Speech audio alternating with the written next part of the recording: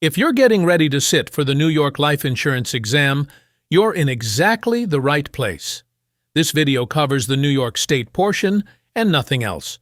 We're assuming you're studying the national material somewhere else, the general concepts that show up no matter which state you test in, and we're going to spend all of our time here on what New York does differently. That's where points are won and lost, because the trap on this exam is almost always a number or a rule that New York sets apart from the national norm. Let's set the tone up front. New York is a strict consumer protective state, and it shows. New York gives policyholders longer windows, more notice, and stronger protections than most states do, and it holds on to some old structures that most states dropped years ago.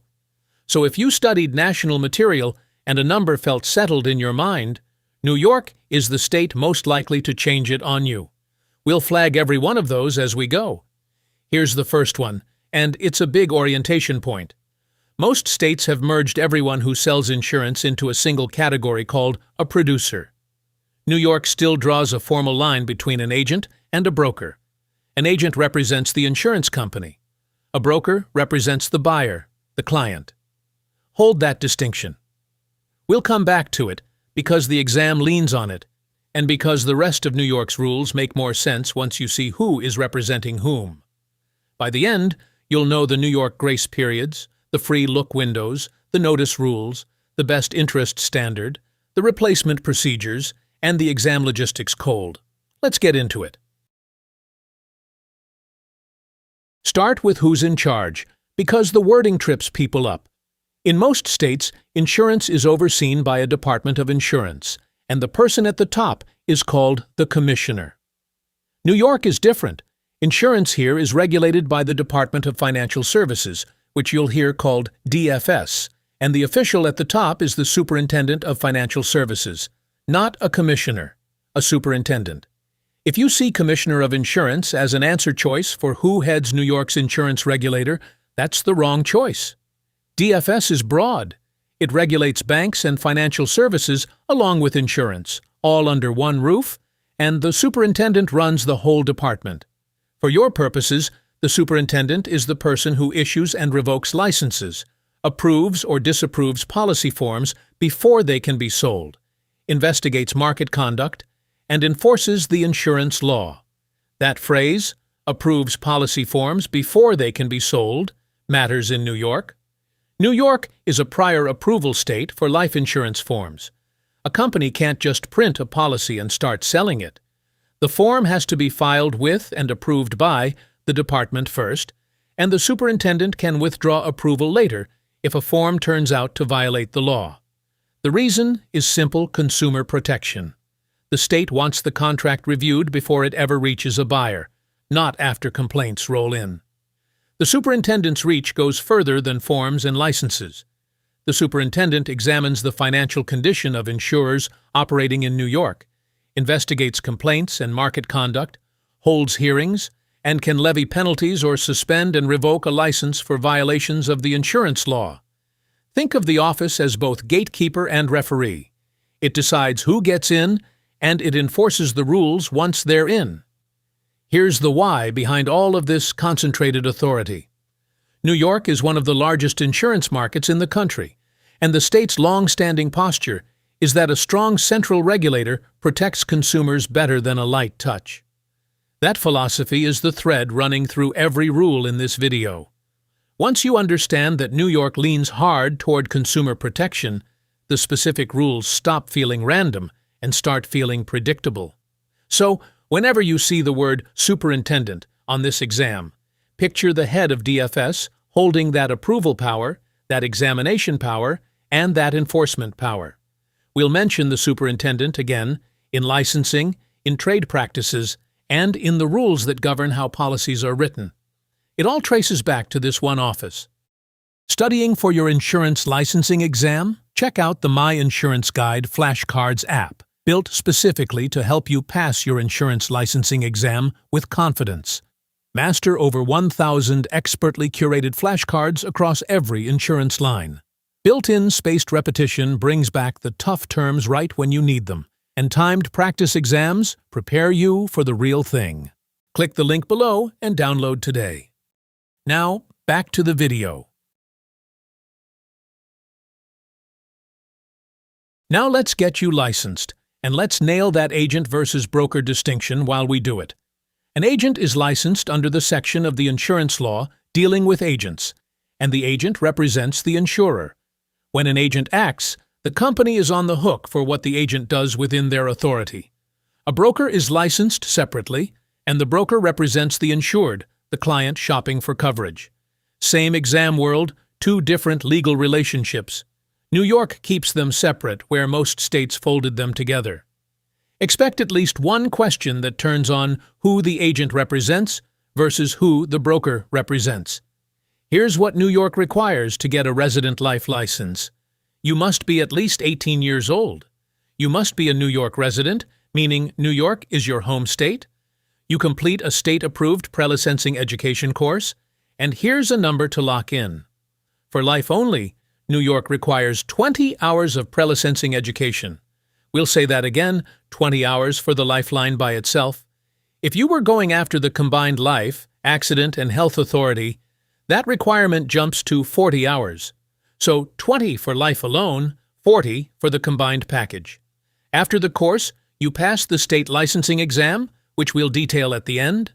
Then you apply to the department for your license, and you have a window to do it. You must apply within 2 years of passing your exam. Let your passing results sit longer than 2 years, and it expires on you, and you're back to testing. So 2 years from passing to applying. A couple of practical numbers. The license application fee is $40 when the license runs for 1 year or less, and $80 when it runs longer than a year. And one specialty note worth filing away. If you want to sell variable life insurance or variable annuities, products where the value rides on investment performance, New York requires you to also pass a FINRA securities exam, the Series 6, 7, or 63. That's because variable products are securities as well as insurance, so you need both credentials. One more piece, the temporary license. New York allows a temporary license in limited hardship situations, for example when a licensed agent dies, becomes disabled, or enters active military service, so that the agent's business can be serviced for a period without the normal licensing steps. It's a continuity measure, not a shortcut into the business. Here's why that agent versus broker line is worth the effort to keep straight, and a quick scenario to cement it. Picture a client who buys a policy and later claims the producer promised something the policy doesn't deliver. If that producer was an agent, the insurer the agent represents can be held responsible for the agent's words within their authority, because the agent stands in the company's shoes. If the producer was a broker, the broker was working for the client, shopping the market on the client's behalf, and the legal relationship runs the other way. Same sale, very different lines of responsibility. On your exam, when a question hinges on whose representative the producer is, ask first, agent or broker, and the answer usually falls out from there. And one shortcut worth knowing. New York exempts holders of certain professional designations, such as the Chartered Life Underwriter, from the Prelicensing education requirement, allowing them to take a laws and regulations exam instead of the full course. You don't need to memorize the list, just the concept that recognized advanced credentials can stand in for the Prelicensing Hours. Getting licensed and getting appointed are two different things, and the exam wants you to know the difference. A license lets you sell. An appointment is the formal authorization an insurer files saying, "This person can represent us." Picture it this way. Your license is your permission from the state to do this work at all. Your appointment is your relationship with a specific company. You can hold a license without being appointed by any particular insurer, and you can be appointed by several. The license is between you and New York. The appointment is between you and a company. On your exam, if a question treats these as the same thing, that's the trap. In New York, when an insurer takes on an agent, the insurer files a certificate of appointment with the superintendent. Here's the number. The insurer must file that certificate within 15 days of the date the agency contract is executed or the first insurance application is submitted, whichever brings them together. so 15 days to file the appointment. When the relationship ends, the insurer also files a notice of termination. Now, the part every licensee has to live with: continuing education and renewal. Your license term in New York runs 2 years, and here's a quirk worth remembering. Your license expires on your birthday, every 2 years. If you were born in an even year, you renew in even years. Born in an odd year, you renew in odd years. The state ties it to your birthday so the date is easy to remember and spread out across the year. For continuing education, the headline number is 15 credits every 2 years for a single line of authority like life. We'll repeat that: 15 credit hours per 2-year period. If you carried both life and health and property and casualty, that would climb to 30, but for life alone, it's 15. And New York is specific about part of that 15. Within those 15 credits, you must complete at least 1 hour of insurance law, at least 1 hour of ethics and professionalism, and at least 1 hour of diversity, inclusion, and elimination of bias instruction. So 3 required single-hour topics tucked inside the larger 15. 2 rules that catch people: extra credits do not carry over, finish 20 hours in a period, and the spare 5 vanish when the next period starts. And you cannot repeat the same course for credit period to period. The state wants fresh learning, not the same class run twice. On your exam, if you're asked how many CE hours a New York life producer needs per renewal, the answer is 15, and the period is 2 years. New York regulates how you sell as tightly as it regulates what you sell, and a chunk of the state exam lives right here. The insurance law sets out unfair and prohibited trade practices, and your job is to recognize them by name. Let's define the big ones plainly. Rebating is giving a client something of value that isn't stated in the policy to induce the sale, for example, handing back part of your commission or throwing in a gift to close the deal. New York has a long, strict history against rebating, and it's prohibited. Twisting is using misrepresentation to convince a client to drop one policy and buy another, moving the client out of good coverage into something that mainly benefits you. Churning is the same idea, but inside one company, replacing a policyholder's existing coverage with new coverage from that same insurer, using the old policy's values, again for the producer's benefit rather than the client's. Misrepresentation is making false or misleading statements about a policy's terms, benefits, or an insurer's financial condition. Defamation is making false statements that injure another insurer or producer. And one more New York places real weight on: the misuse of senior-specific titles. A producer may not use a senior-specific certification or professional designation in a way that misleads an older buyer into thinking the producer has special qualifications they don't actually hold. New York protects seniors specifically here, because impressive-sounding initials can be used to win unearned trust. Here's a scenario, the kind the exam likes. An agent meets a client who already owns a solid whole life policy.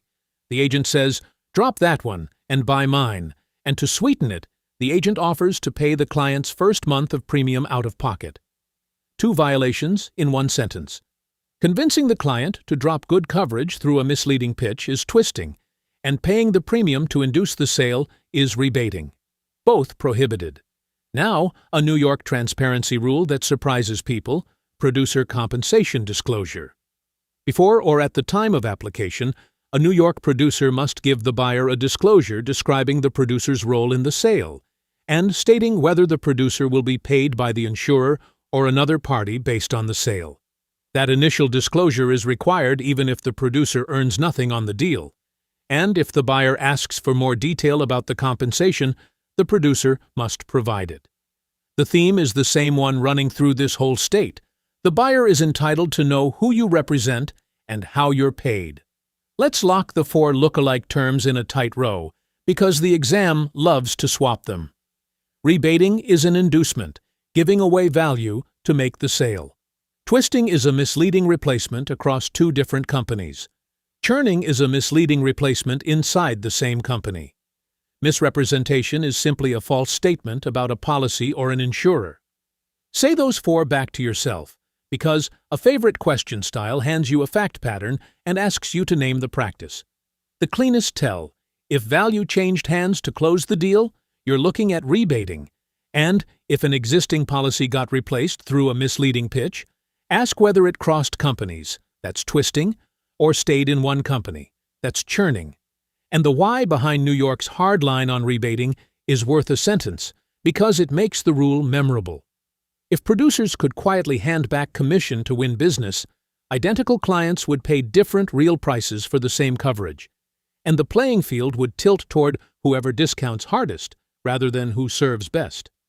New York treats that as unfair discrimination between policyholders, so it bars the inducement outright. This next rule is one of New York's signatures, and it's a favorite on the state exam, so let's give it room. New York has a regulation governing suitability and best interests in life insurance and annuity transactions, known by its number, Regulation 187. Here's the headline, and it's exactly the kind of contrast the exam tests. In most states, a best interest or suitability standard applies only to annuities. New York extends it to life insurance too. Both products, life and annuity, fall under the best interest standard here. That's the New York difference, so anchor it. What does best interest actually require? When you make a recommendation to a consumer, your recommendation must reflect the care, skill, prudence, and diligence that a prudent person familiar with these products would use. Only the consumer's interests may guide the recommendation. Your own compensation, the fact that one product pays you more than another, is not allowed to influence what you recommend. The insurer also has to train and supervise its producers so the standard is actually met, not just promised. Let's draw the line carefully, because the exam hides a trap here. Best interest does not mean you guarantee a good outcome. It is not a promise that the investment performs or that the policy turns out to be the best one in hindsight. It's a standard of conduct, judged at the time of the transaction based on the information you gathered about the consumer. So if an exam question suggests a producer violated Regulation 187 simply because a policy later underperformed, be suspicious. The question is whether the recommendation was sound when it was made, given what the producer knew and should have asked. Let's run a scenario to make the standard concrete. A producer has two policies that would both serve a client well. One pays the producer a noticeably higher commission. The producer recommends the higher-paying one without any reason tied to the client's needs, simply because it pays more. Has the producer met the best interest standard? No. The recommendation has to rest on the client's situation, the client's needs and financial objectives, not on what fattens the producer's check. Now, flip it. If the higher-paying policy genuinely fits the client better, on its features, its price, the insurer's strength, then recommending it is fine, even though it happens to pay more. The compensation isn't the sin. Letting the compensation drive the recommendation is. On your exam, if you're asked which transactions New York's best interest standard covers, the answer includes both life insurance and annuities, not annuities alone. That single word, both, is the point New York wants you to carry out of this section. Replacement is when a new life insurance policy or annuity is bought, and an existing one is dropped, surrendered, lapsed, or changed as part of the deal. Replacement isn't automatically bad, but it's risky for the client, who may give up built-up value, restart a contestability clock, or pay new charges. New York polices replacement tightly through a regulation known by its number, Regulation 60, and the procedures here are tested. When a replacement is happening, the producer has specific duties. You obtain a signed form called the Definition of Replacement, where the client states whether a replacement is involved. You give the client a notice titled The Important Notice Regarding Replacement, which spells out that replacing existing coverage can have real consequences. And you prepare and deliver a disclosure statement, a side-by-side comparison of the existing coverage and the proposed coverage, so the client can actually see what they're trading. You also notify the company whose policy is being replaced, so that insurer has a chance to respond. Now, the number that matters most here, And it's a beautiful contrast. We'll see in a moment that an ordinary new life policy in New York carries a free look of 10 to 30 days. When the policy is a replacement, that window stretches. On a replacement transaction, the client gets a 60-day right to return the new policy for a full refund. We'll say that again, 60 days on a replacement versus the shorter window on a non-replacement. The state gives more time precisely because replacement is the higher risk move, and it wants the client to be able to undo a bad swap. On your exam, if a question describes a client surrendering an old policy to buy a new one and asks how long they have to change their mind, reach for 60 days, not the ordinary free look. The replacement context is the trigger. Miss the word replacement, and you'll pick the wrong number.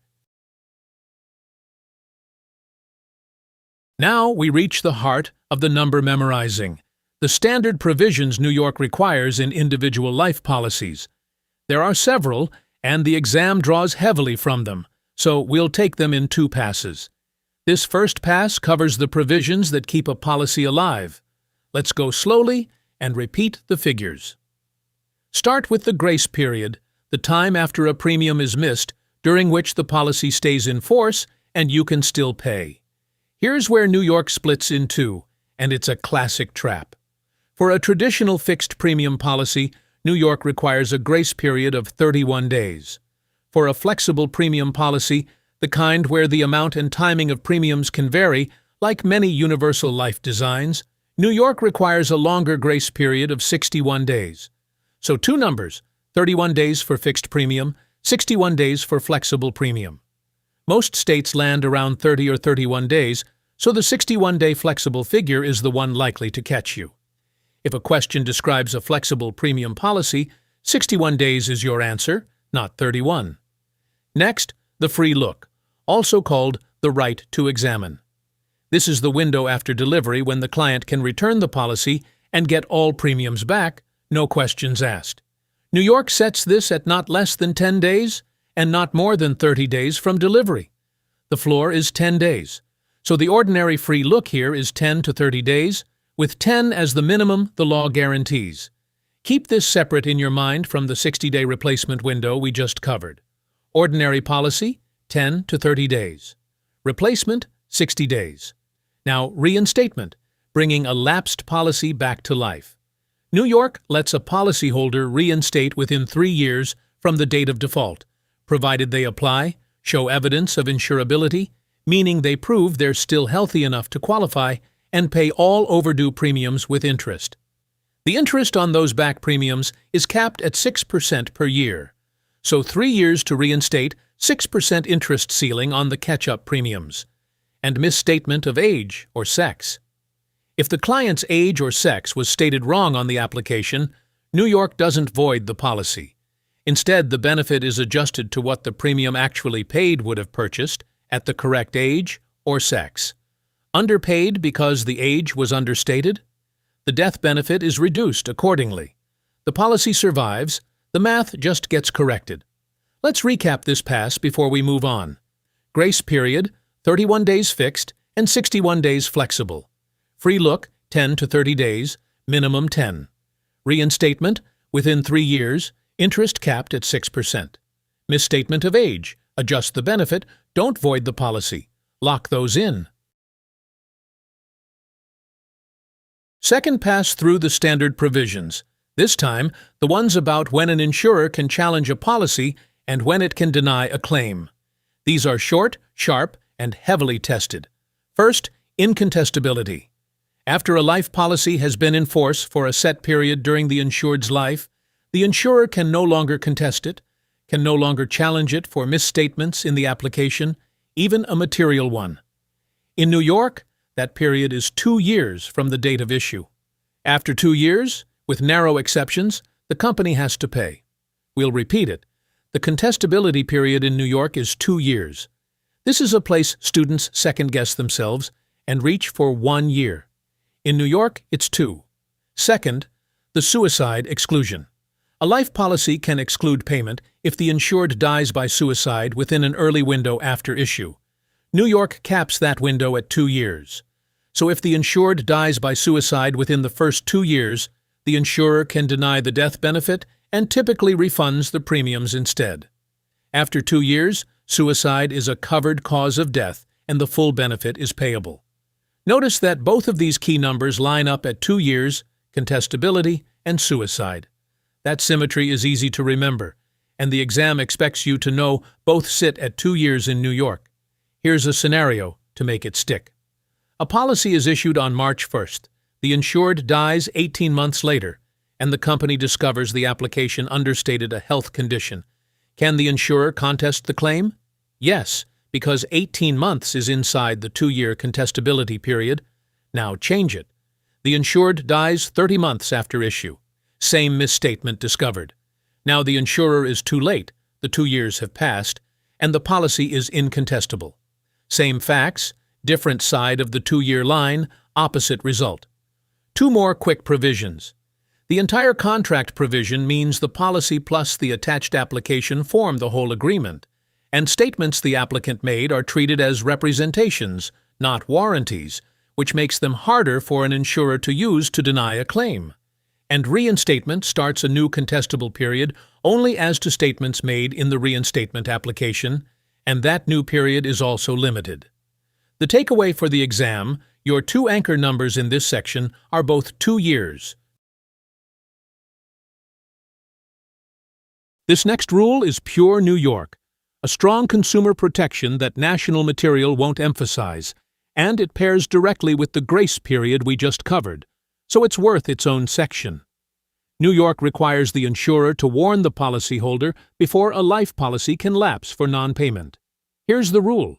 For a scheduled premium policy, the insurer must mail a premium due notice to the policyholder at least 15 days and not more than 45 days before the premium's due date.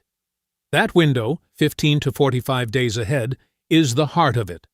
The notice has to state the amount due, the date it's due, and where and to whom it's payable. And here's the protection with teeth.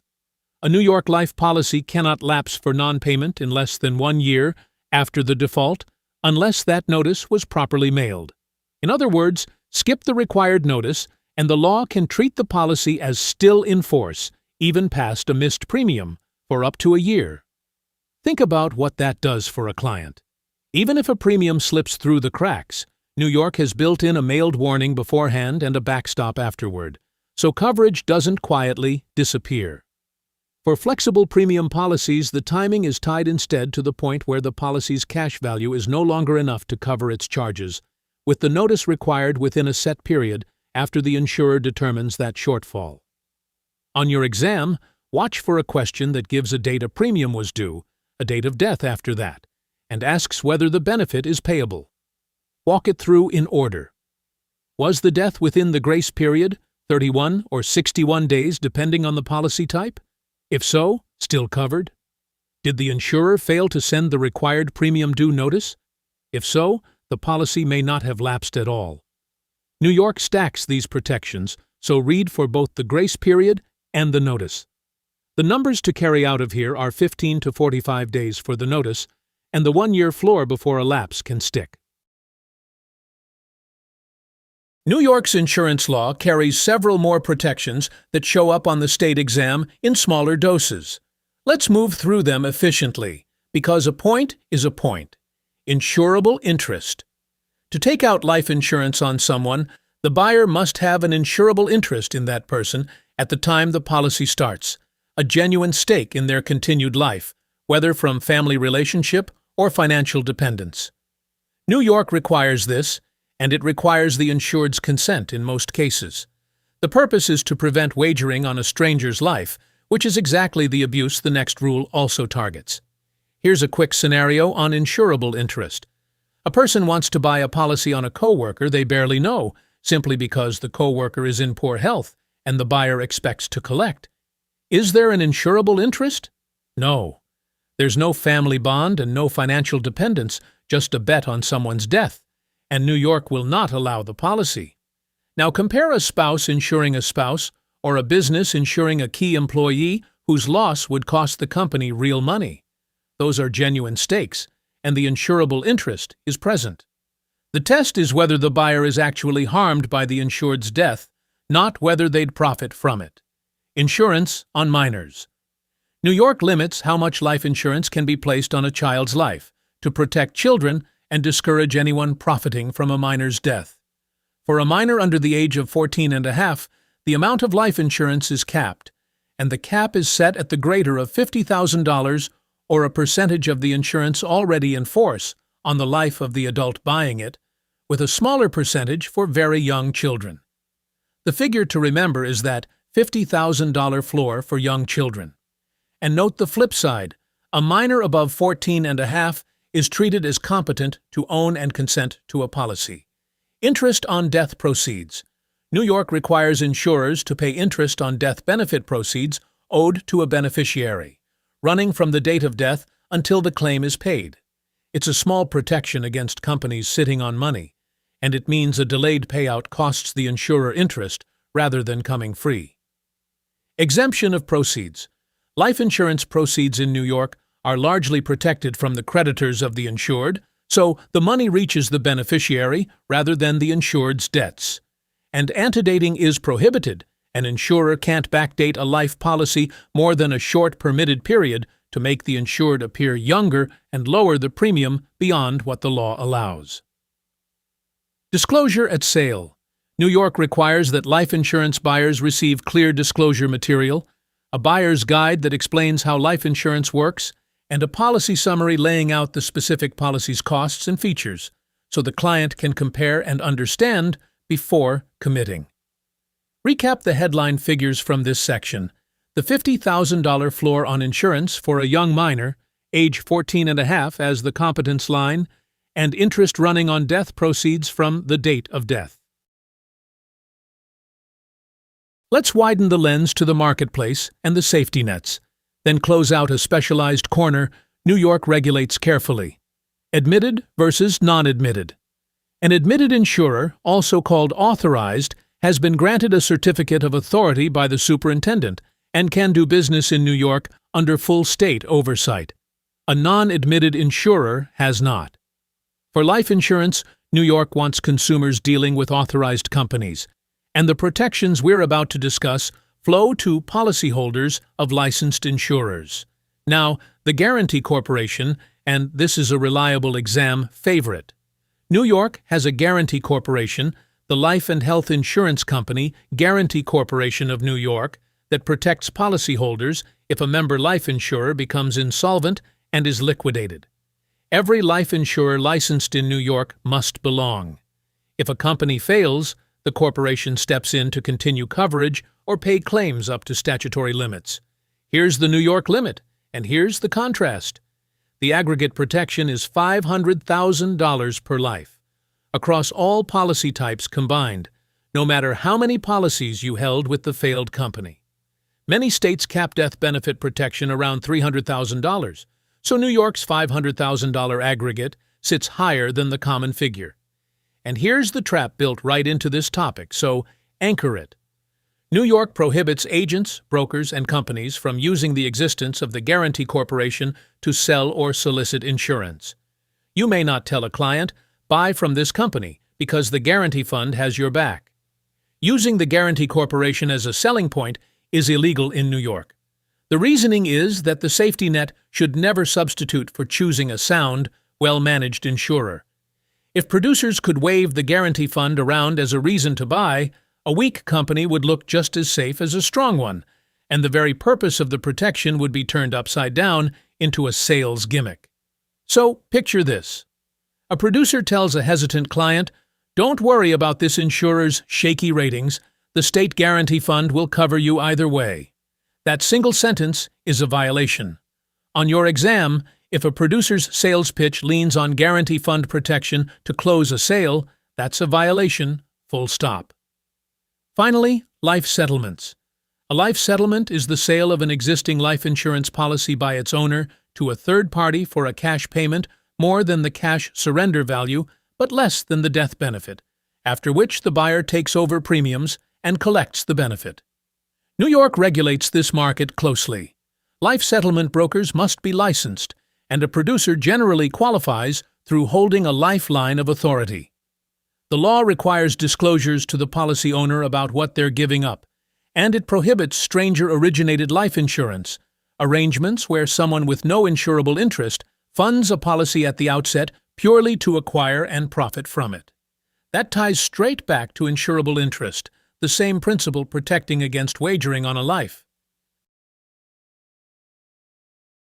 Let's finish where your next step actually is, the exam itself, so you walk in knowing exactly what to expect.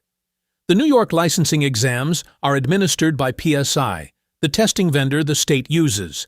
You'll take the exam by computer, either at a PSI test center or through PSI's remote proctoring, with a live proctor watching. Here are the numbers for the Lifeline.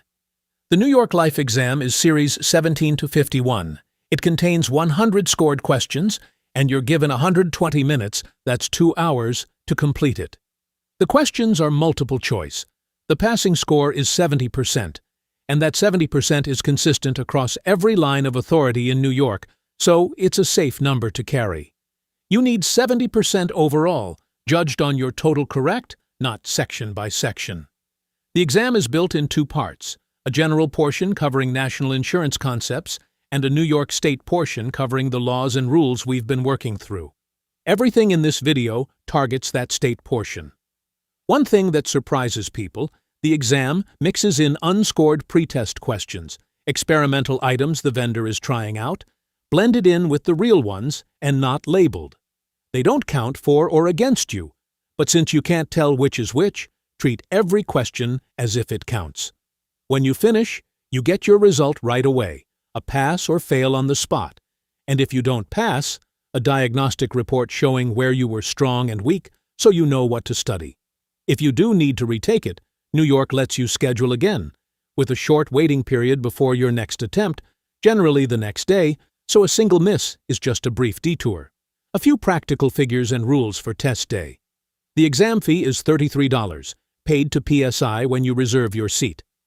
Remember the separate license application fee afterward, $40 to the department for a license of a year or less.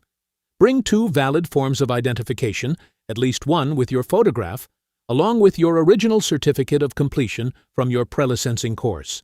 Show up without the right identification or that certificate, and you won't be allowed to test, so pack them the night before.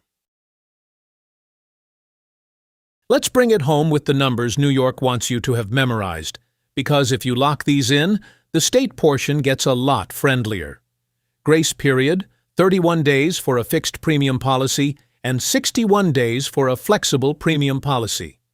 Free look on an ordinary policy, 10 to 30 days, with 10 the minimum, and 60 days when the policy is a replacement. Incontestability, 2 years, and the suicide exclusion, also 2 years. Reinstatement, within 3 years, with interest on back premiums capped at 6%. The premium due notice, mailed 15 to 45 days before the due date, with no lapse for at least a year if that notice was skipped. Continuing education, 15 credits every 2 years for the Lifeline. Prelicensing, 20 hours for life. The appointment filing, within 15 days. The Guaranty Corporation limit, $500,000 per life, and never a word about it in your sales pitch.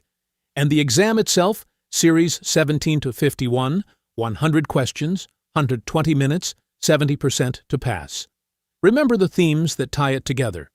New York keeps the agent and broker distinction, runs everything through the superintendent at DFS, extends the best interest standard to life insurance, and not just annuities, and stacks consumer protections higher than the national norm at nearly every turn. When a number on the exam feels off compared to what you studied nationally, New York is usually the reason, and now you know which way it bends. You've put in the work to get here, and this material is absolutely learnable. Go through these numbers a few more times, picture the scenarios we walked, and you'll walk into that exam ready. If this helped you get exam ready, give it a like and subscribe so it finds the next person studying for their New York Life license. You've got this. Now, go pass that exam.